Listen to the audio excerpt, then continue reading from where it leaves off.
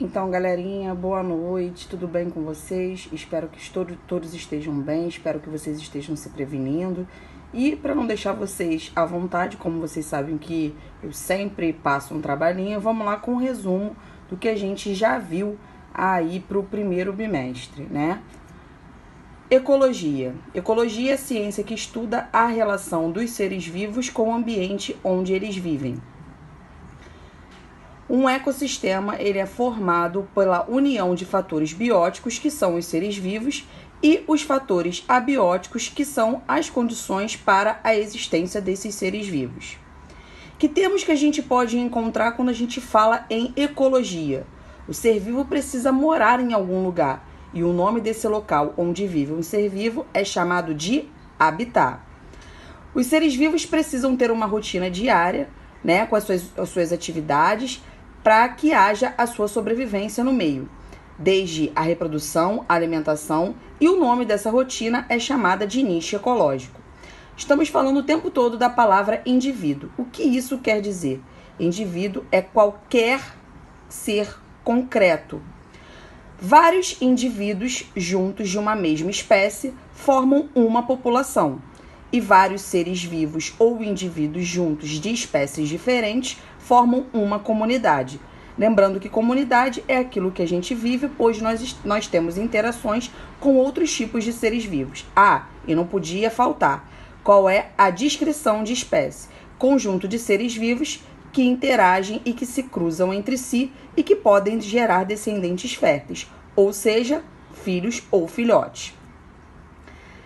Dentro do meio ambiente, eles podem se relacionar de uma forma harmônica ou desarmônica. E aí descrevemos essas relações como as relações ecológicas. Relações ecológicas harmônicas são aquelas onde os indivíduos ou os seres envolvidos não se beneficiam e não se prejudicam. Já as relações ecológicas desarmônicas, sempre um dos seres envolvidos sofrerá algum tipo de prejuízo. Exemplos de relações ecológicas harmônicas. A primeira que temos aí, sociedade. Divisão de trabalho, como acontece com as abelhas. A segunda que nós temos, mutualismo. Relação obrigatória para a existência de um terceiro indivíduo. Relação dos líquens formados pelas algas e pelos fungos. Relação de protocooperação. A protocooperação, ela visa ajudar os seres envolvidos, como é o caso da anêmona e do peixe-palhaço. Comensalismo. Comensal é aquele que come, é o caso da rêmora com tubarão, aonde os seres envolvidos, a rêmora se beneficia dos restos deixados pelo tubarão e o tubarão se alimenta sem nenhuma dificuldade devido à presença da rêmora. Colônia. É o caso dos corais, que são interligados fisicamente entre si, mas que dependem um do outro para a sua sobrevivência. E a última, para a gente finalizar, inquilinismo ou epifitismo. É uma relação onde os indivíduos, um oferece abrigo para o outro, é o caso das bromélias com as árvores de porte maior.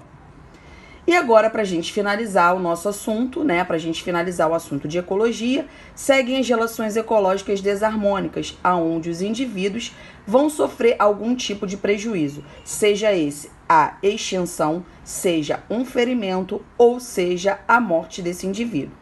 Primeira, competição. Seres de espécies iguais ou diferentes que competem, disputam por algum benefício. Poderia ser a fêmea ou um território. Canibalismo. Seres vivos de espécies iguais que se alimentam um dos outros para sua sobrevivência. É o exemplo da viúva negra fêmea, que se alimenta da viúva negra macho para que tenha energia para a geração dos filhotes após a reprodução. Predatismo. O predatismo só muda em relação ao canibalismo porque está relacionado com espécies diferentes. É o que nós praticamos em relação à nossa alimentação. Quando a gente se alimenta da carne de um peixe, por exemplo, já que somos de espécies diferentes. E para finalizar, as relações ecológicas desarmônicas, contamos com o parasitismo, que são seres que sugam algum nutriente ou sangue de outro ser vivo para o seu benefício. O parasitismo, ele pode estar vinculado ao parasita dentro do corpo do indivíduo, seria o caso dos vermes com o ser humano, ocasionando uma relação ecológica desarmônica de endoparasitismo. Mas ele também pode se apresentar fora do corpo, que seria o caso do ectoparasitismo, ou seja, o carrapato que está no cachorro suga o seu sangue para a sua nutrição. Enfim, galerinha, espero que vocês tenham gostado desse resumão e vamos nos cuidar mais uma vez. Qualquer dúvida, estamos aí. Boa noite.